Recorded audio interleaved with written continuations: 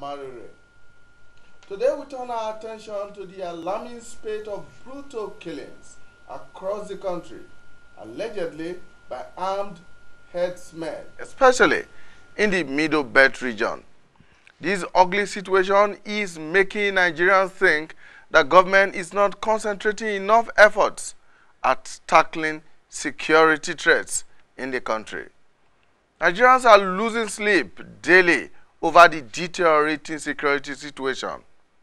Aside from the crisis in the Niger Delta and in the Northeast, which the country has had to grapple with for over a decade now, the farmers' herders' conflicts in parts of the country have become a thorn in the flesh of both local, state, and local governments as the crisis continues unabated. Now, available records show that not less than 2,500 persons were killed in 2016 alone during the crisis, and the number hit an all-time high in 2017, leaving over 62,000 people displaced. Benue State is one of the states where the herdsmen crisis has reached its peak. Benue is believed to have the highest number of IDPs and IDP camps arising from attacks by the herdsmen. Other states that have borne the brunt of vicious attacks include Plateau, Nasarawa, Kaduna, Enugu, Taraba, and a host of other states, possibly on a smaller scale. Now, to put a stop to these incessant killings, the Benue State government enacted the Anti-Open Grazing Prohibition and Ranches Establishment Law 2017. It came into effect on November 1, 2017. However, any hopes that this law would temper the brazen and mindless killings have been dashed as the bloodletting has continued, even with more audacity and brutality. The latest in the orgy of violence is the January 2nd killing of over 50 people in two local governments of the state, Gume and Logo, by invaders that are suspected to be herders, who, by the way, have not hidden their disgust and opposition to the anti-grazing law enacted by the state government. What is the way out of this national tragedy? Because it is a national tragedy. Now, to do justice to this issue, we are joined in the studio by two gentlemen. First, from my far left, is the Benue State Commissioner for Information, Lawrence Onoja Jr. Thank you so much for finding time to join us. Thank you very much. And also joining us is a familiar face here, a security expert, a former director in the security services in Nigeria, Mike Ejiofor. Welcome. Thank you so much. Thank you for finding time to join us. All right, now let's take a step backwards and look at how some of these issues have shaped up and developed in the last 2 or 3 days. Now, residents of Makurdi, the Benue State capital, were so peeved about the latest killings that they took to the streets in protest on Wednesday. The protesting residents, mostly angry youths, called on the federal and state governments to urgently intervene to stop the killing. And even the state governor, Samuel Otom, who sought to reason with and pacify the angry protesters, had to be whisked away from the scene to avoid any imminent danger. Let's take a listen.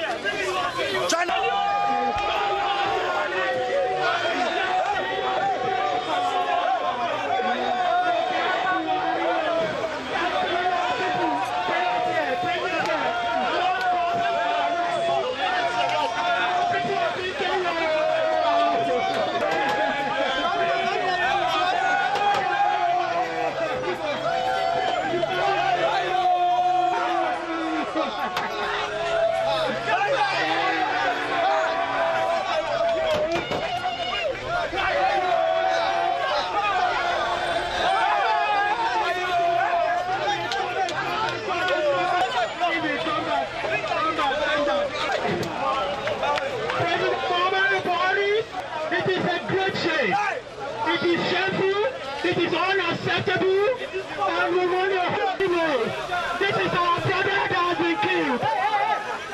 President Muhammadu Buhari, no, but give way. It is shameful. It is shameful. It is shameful.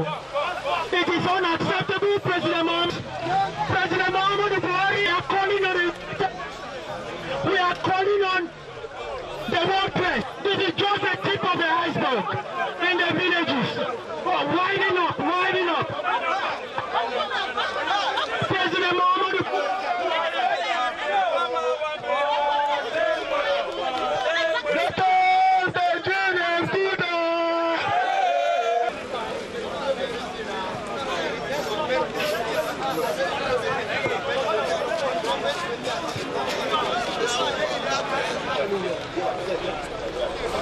They're supposed to make this another challenge, double challenge, people to take action.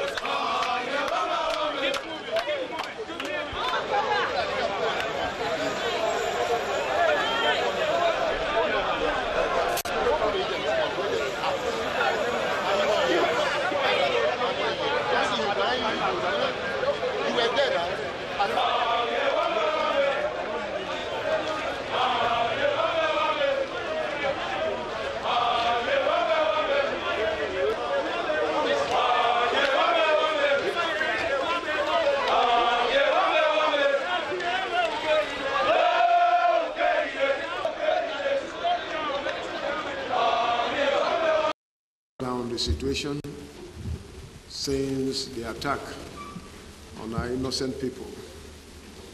And we have seen the spontaneous reaction from the people today. What started as a very peaceful demonstration from the students of Benue State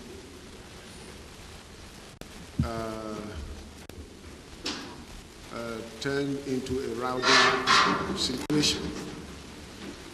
But I understand, I can feel the anger of the people. Even me, as a leader, I have to control myself when I saw the level of carnage that was done against my people. But in situations like this, and the simple message I was trying to communicate to the youth and to the rest of the Benue people is to remain calm.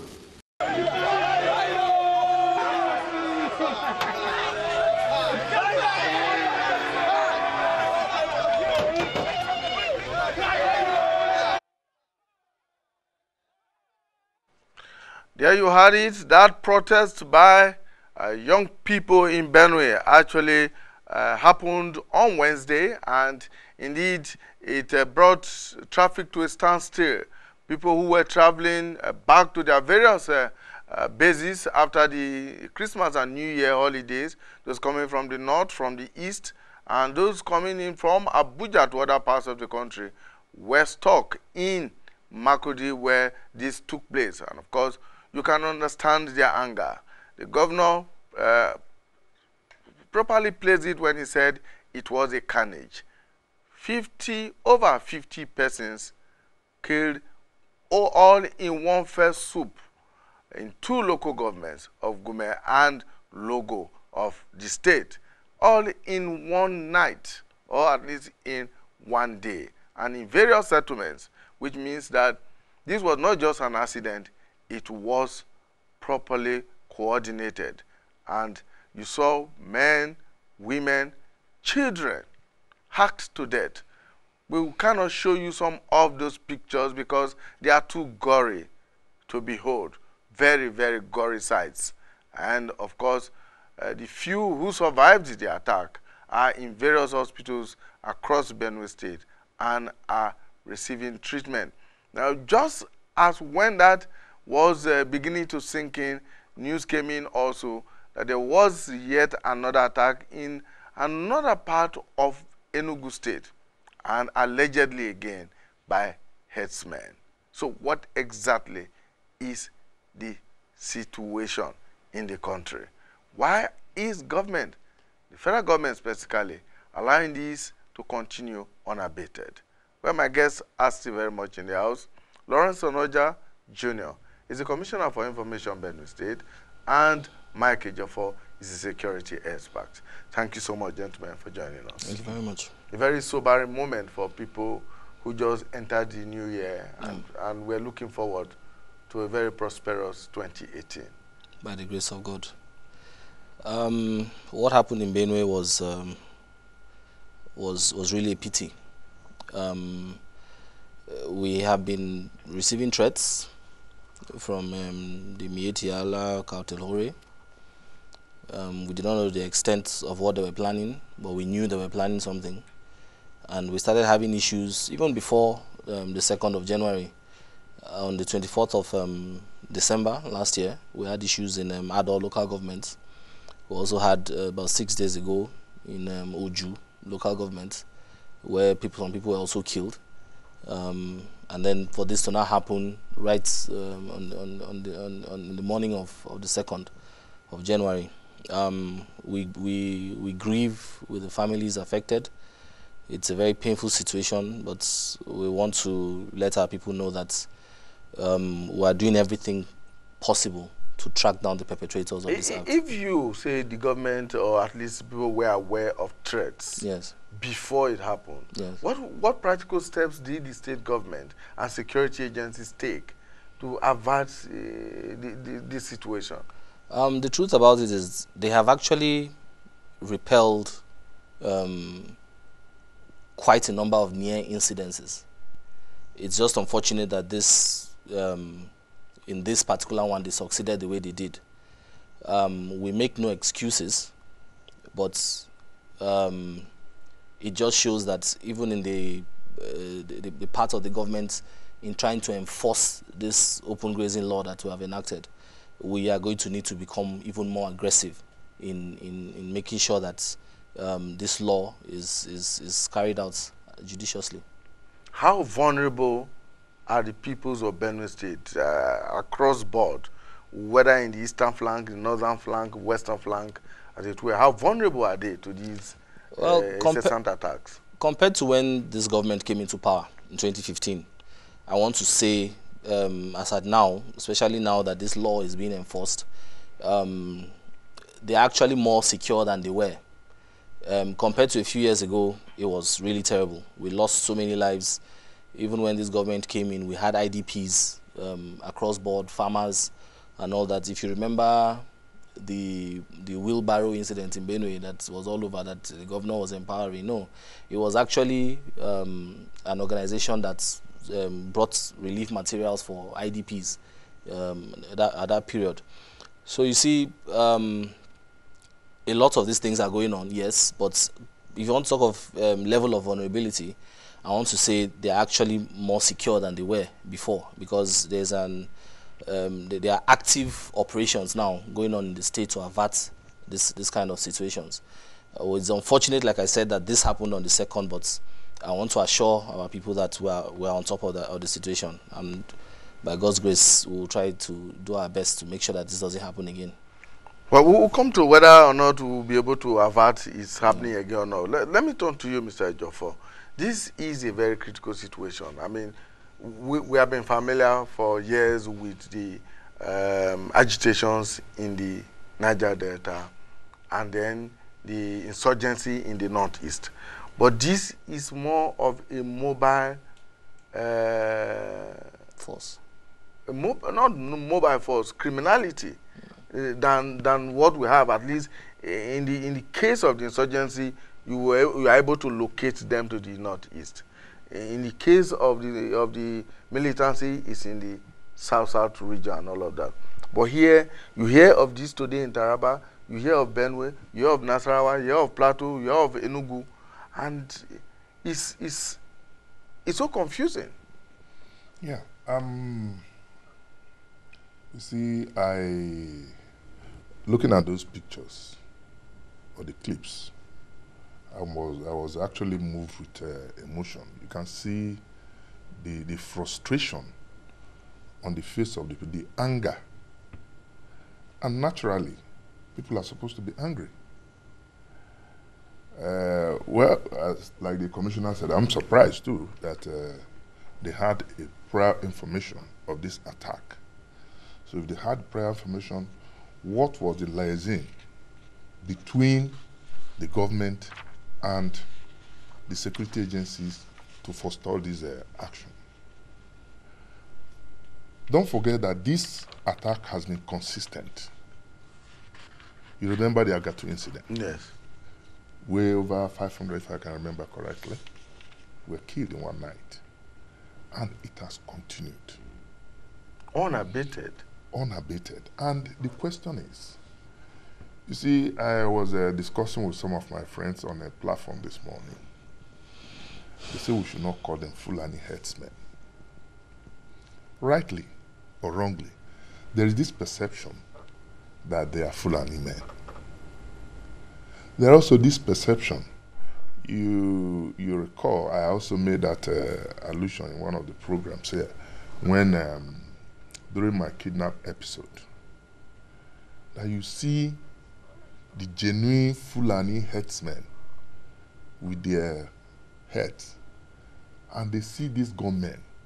They run and abandon in the bush. They run and abandon their cattle. So who are these people? What are their intentions? What are they out to achieve? What is their source of arms? A lot of questions. You know, I'm beginning to believe that these are people who are not just, they're not herdsmen, but they're just militants who are out to inflict hardship on the people. They're using the cover of herdsmen because they to perpetrate the criminality. Exactly. Now, the question naturally somebody will ask, if that's your position, then who are they? I am beginning to believe, because the pattern of attack, the regularity of attack, their successes tend to suggest that these people are very well organized. Yeah.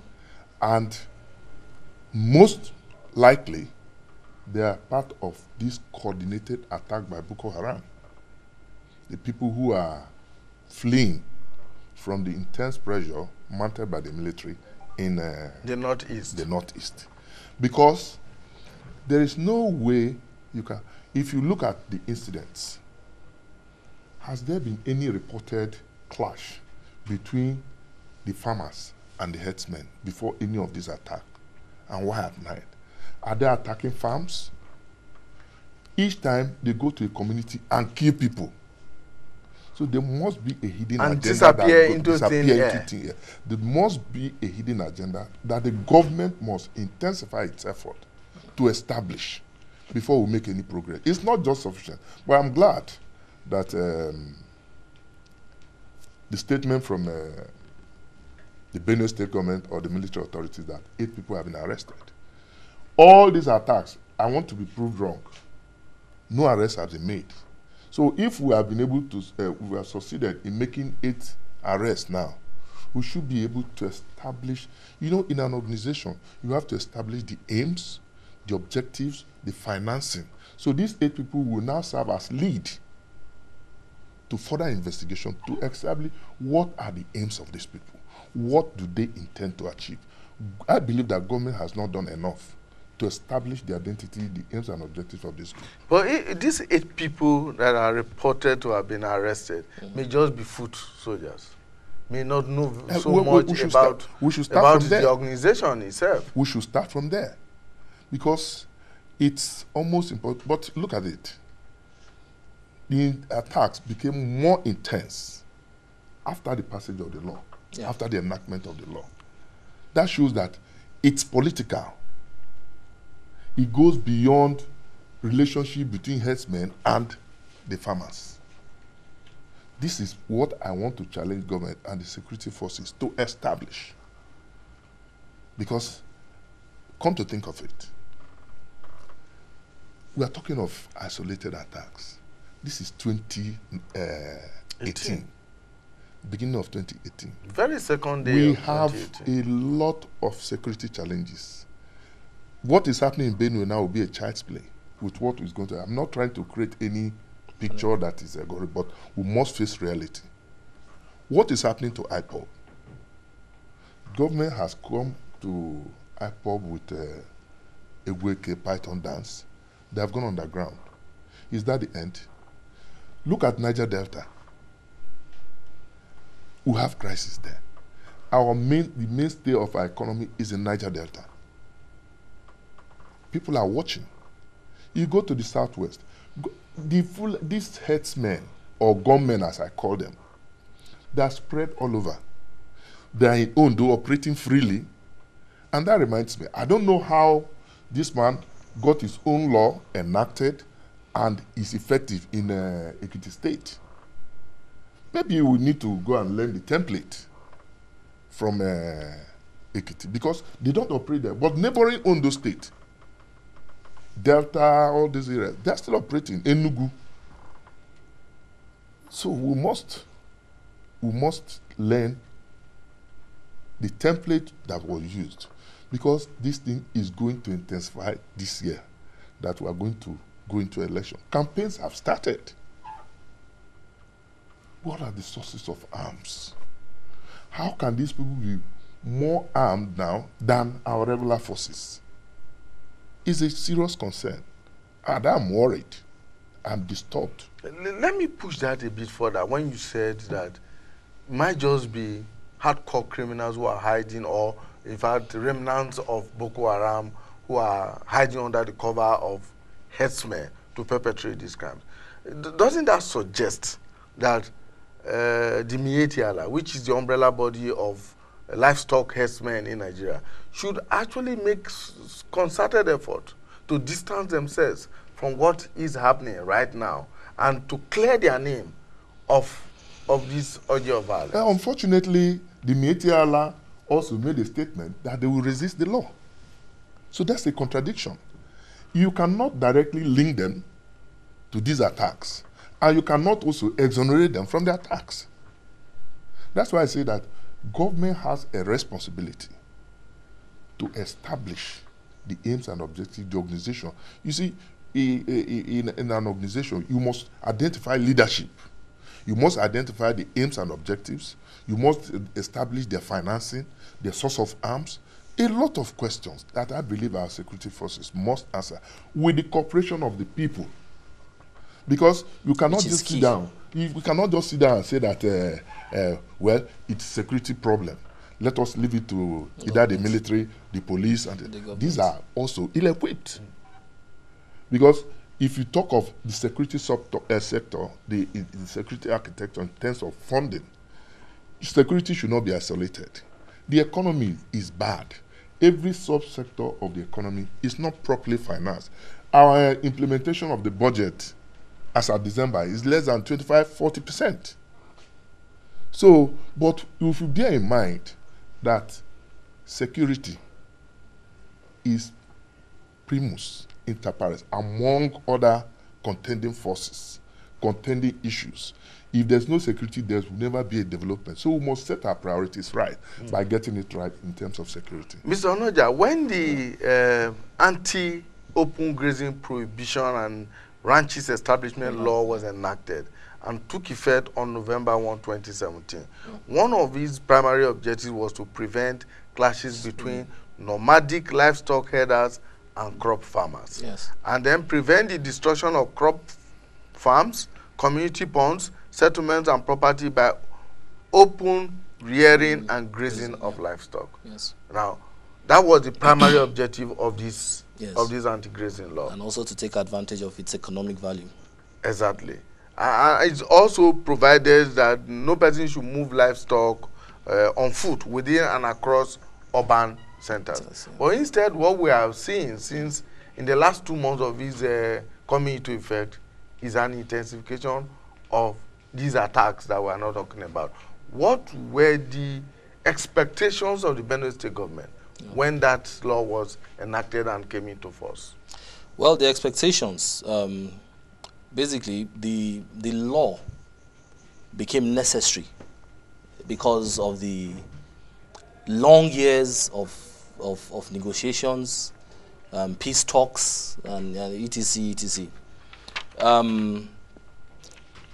It was so clear that the gentlemanly agreement was no longer working as it should, and so we needed a law to actually prevent, because the clashes always came about by herdsmen cattle going into people's farms, destroying the farms, the farmers becoming agitated, and fights break out and people die.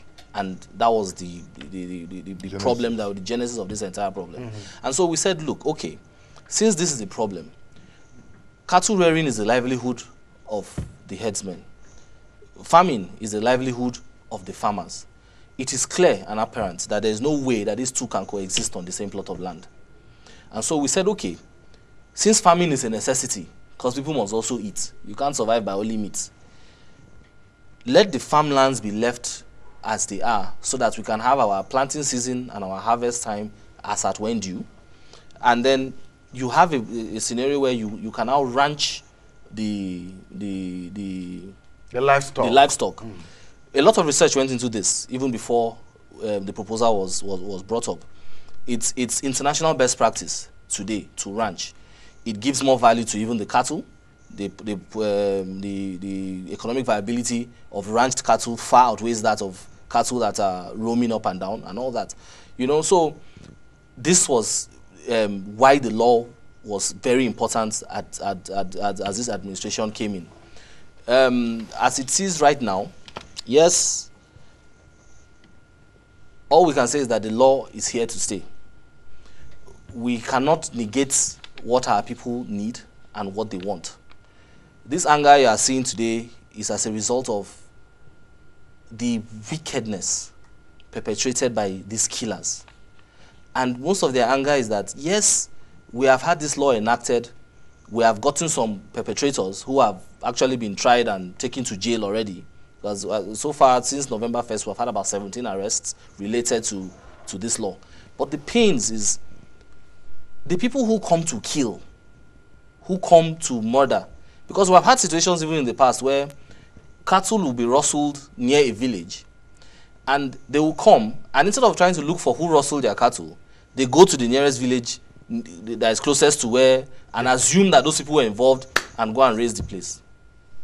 And this has been a massive problem. And so the law seeks to also guide the herdsmen against losing their cattle, and also farmers against losing their farmland. And this was why this law was brought up in the first place. In this particular instance, there doesn't seem to be any form of provocation or any underlying motive for this. And that was why I started by saying we had been receiving a lot of threats.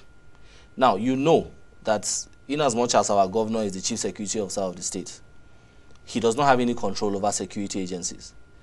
It's one of the reasons why even when this law was brought on the table, the issue of livestock guards was also brought on the table. What we wanted was a domestic group in every local government that helps with intelligence gathering to also aid the security agencies, because you can never know somebody's land more than the person that lives there, you know.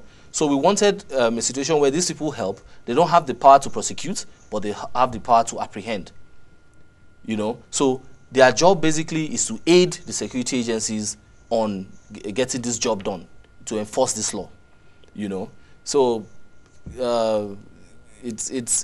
has been a wild ride, but so far the law is being executed properly. All right. Let's tell our viewers back home that in the thick of the protest yesterday, we got across to the umbrella body of livestock herders, that's the Miyetti Allah, to get their own side of the story, as it is alleged that the herdsmen carried out the massacre. We tried getting to them to join us on the program in the studio today, but we are told that they are in a very crucial meeting at the moment. But we were able to get across to the the national chairman of Miyetti Allah, that's Mohammed Idris Bawa, and we had a telephone conversation with him. Let's take a listen to what he had to say. That so many of the criminal activities that happen these days within the country, you find out that people, the pastoralists are being pointed at as if generally they are the ones committing all these atrocities to the farmers and other Nigerians. It's quite unfortunate. Among every society, you find out that you have the good ones and you have some bad ones among them.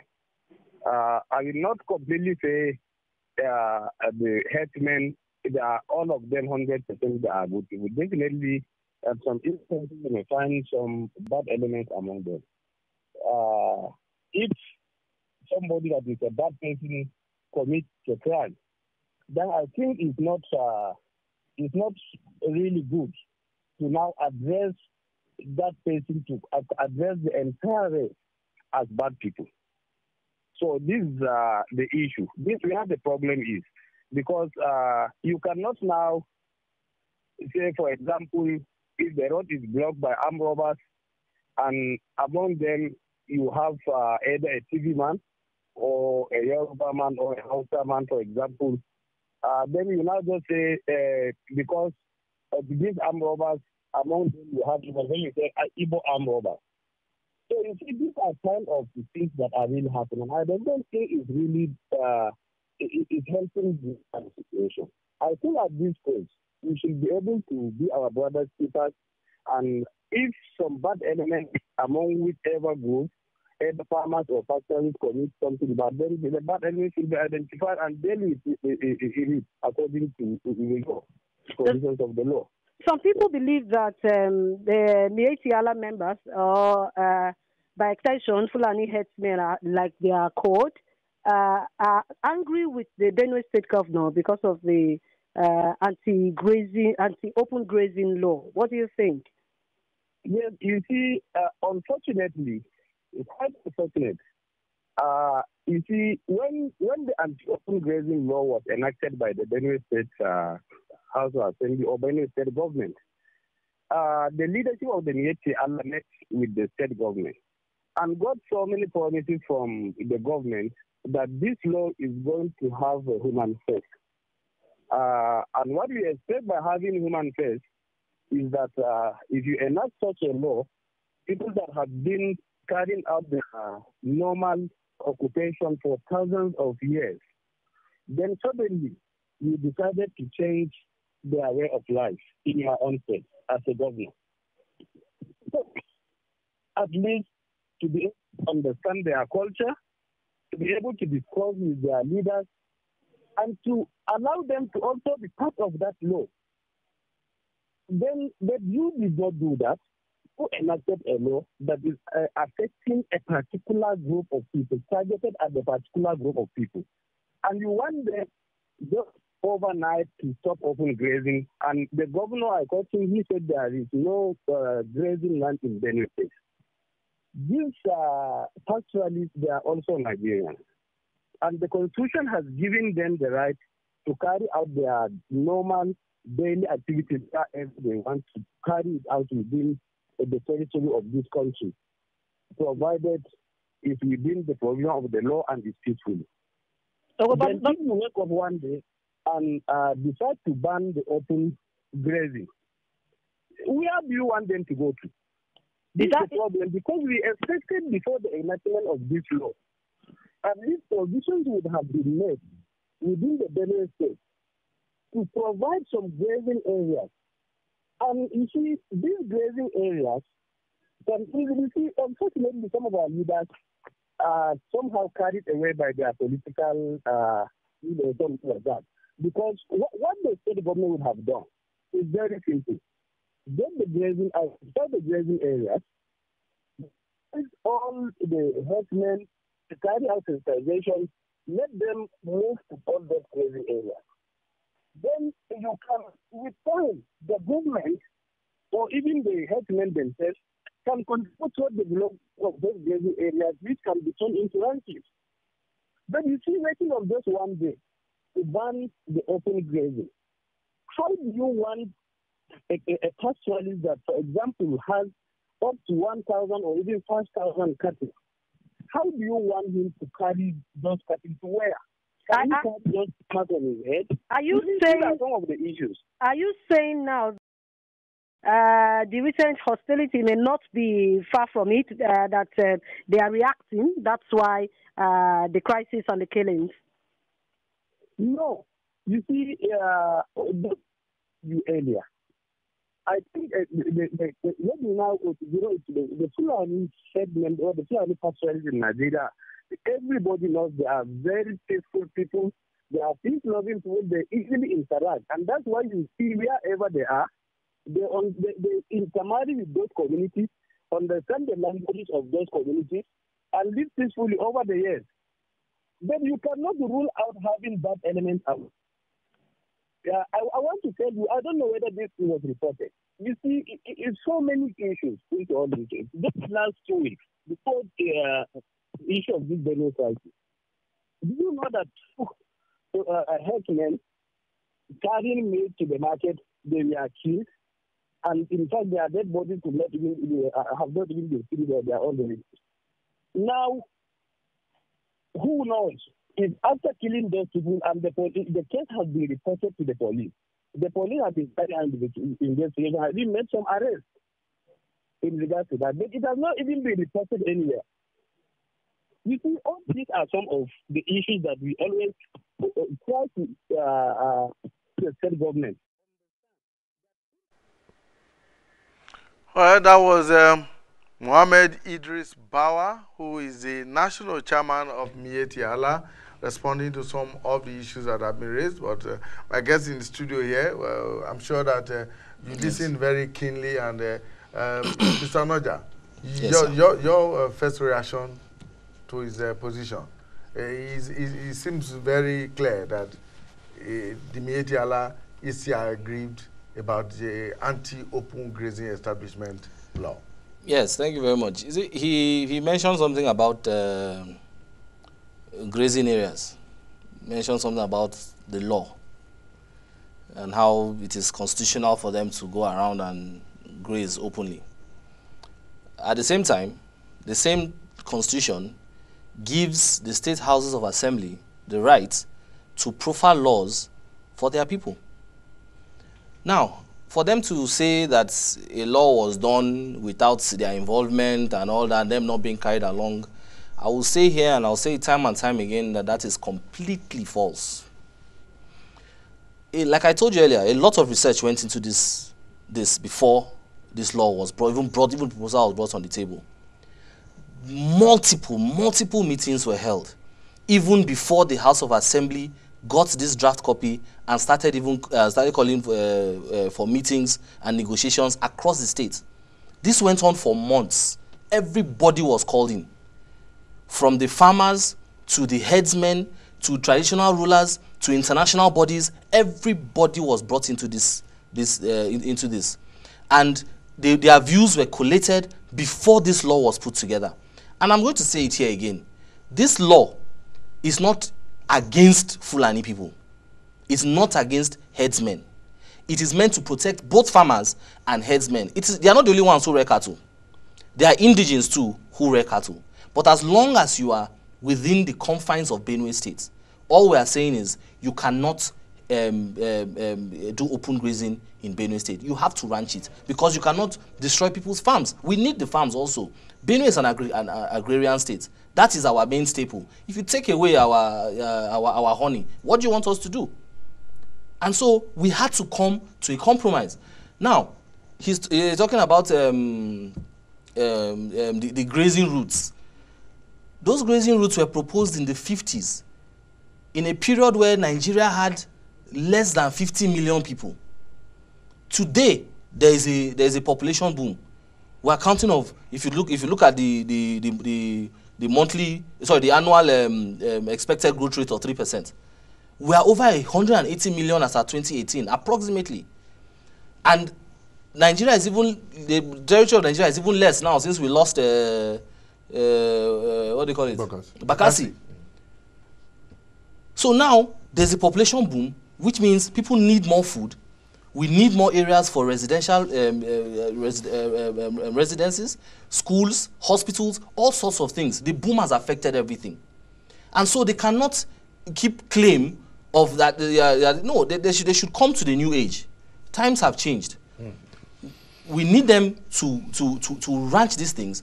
Let us benefit and let them benefit. But their insistence of that they were not carried along, and this and the Mietiala, the Mark ban, they were in government house. They had discussions with the governor, and they supported this law.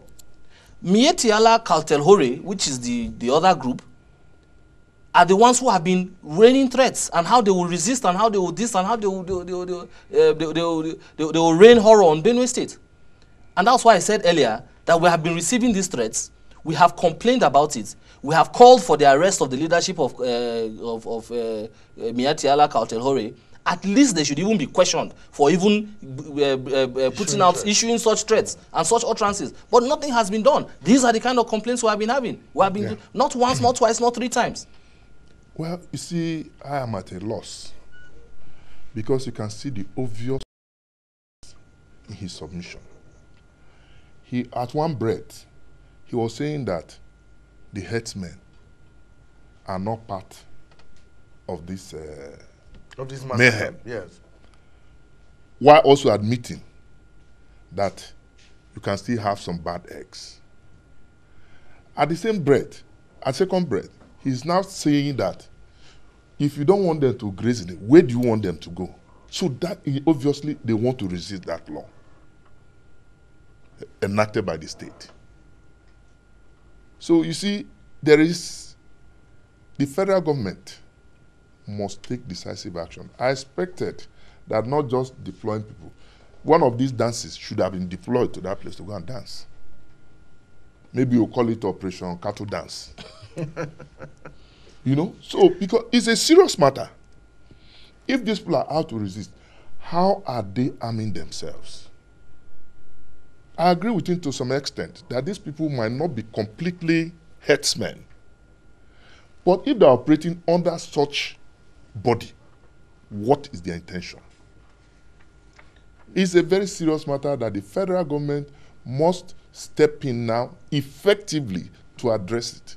Otherwise, I see a situation where people will now resist and take laws into. Look at what happened yesterday, where the governor went to address people. Suppose it has degenerated and the governor is hot there.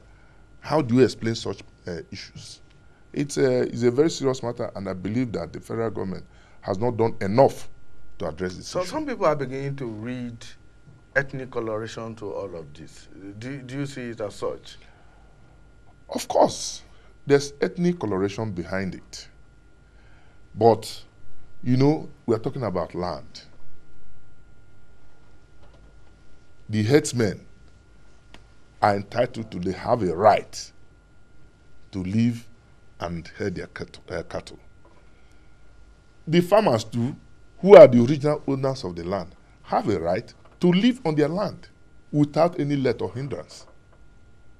That's why I believe that the government should come out with a statement. It's not just like any of the aides of the president issuing a statement, we regret this, we regret this. Government must be seen to take a decisive action by arresting the perpetrators of this, and the leadership of this either Mietiala or some of these known people now that have been arrested should be properly interrogated to know what they are doing. If we don't do that, these attacks will continue, and one day there will be total breakdown of law and order. All right. Well, let's also quickly tell you that the Benue State chairman of the ruling APC, that's Comrade Abba Yaro, has described the killing of over 50 people that were killed on the 2nd of January by these alleged herdsmen as an invitation to war.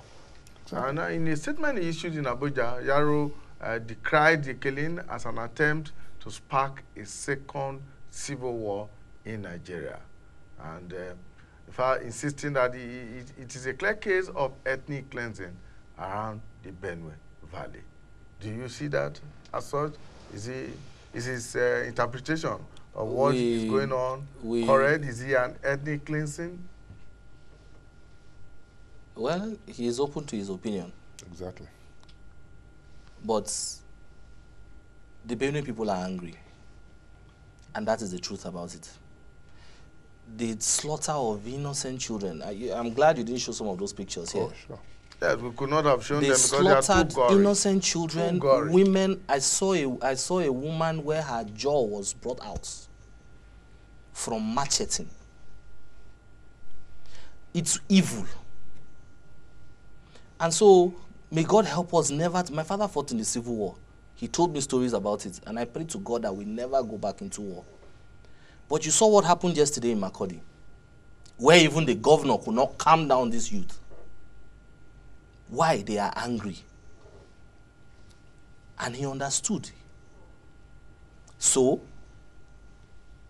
if it comes to a point where these helpless people have no choice but to begin to defend themselves and take the law into their own hands, as my elder has said, what will happen? What will happen? And like you rightfully said, Mr. Emoni, it's a national problem. It's not just Benue State. Definitely. I mean, the man mentioned that where do they go? Where do they go? There are other states that have said that they are not going to implement open grazing law. They should go to those states. Nasarawa said they are not interested in the law. They should go to Nasarawa states. They should go to states who are not interested in the law. But we are saying that we have been called the food basket of the nation. But all these things that are going on are beginning to affect our outputs. And it's affecting us economically.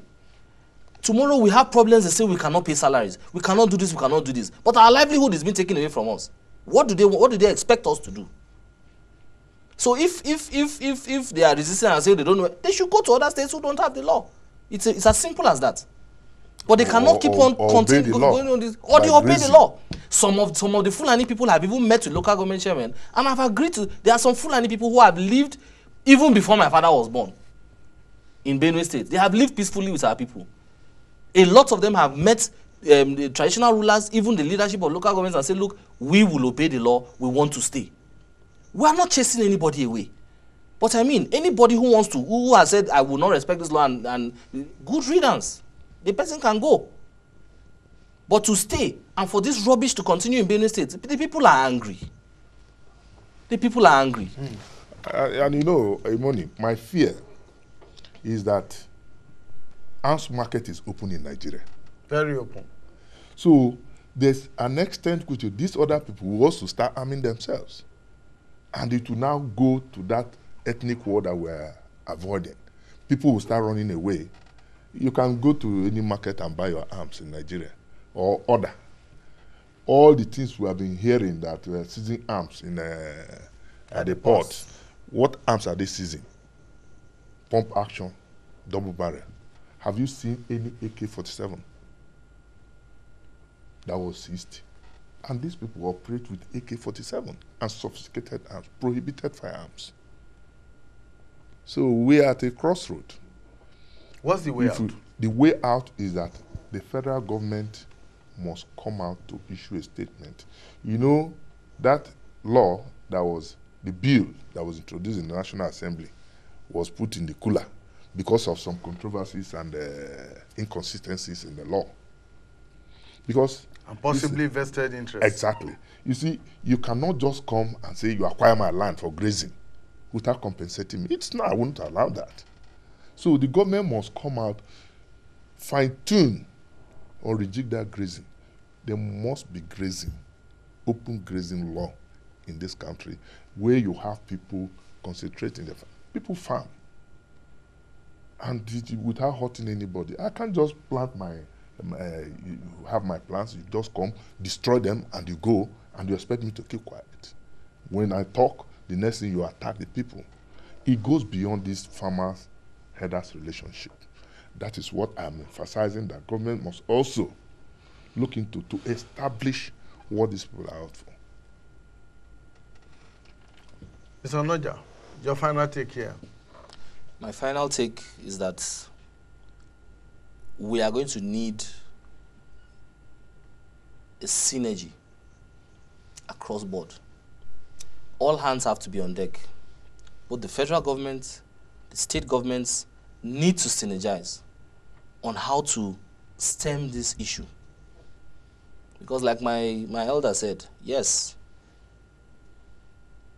this thing might degenerate. By the time these people are being armed and somebody and the other group starts getting armed, this thing might degenerate to something else.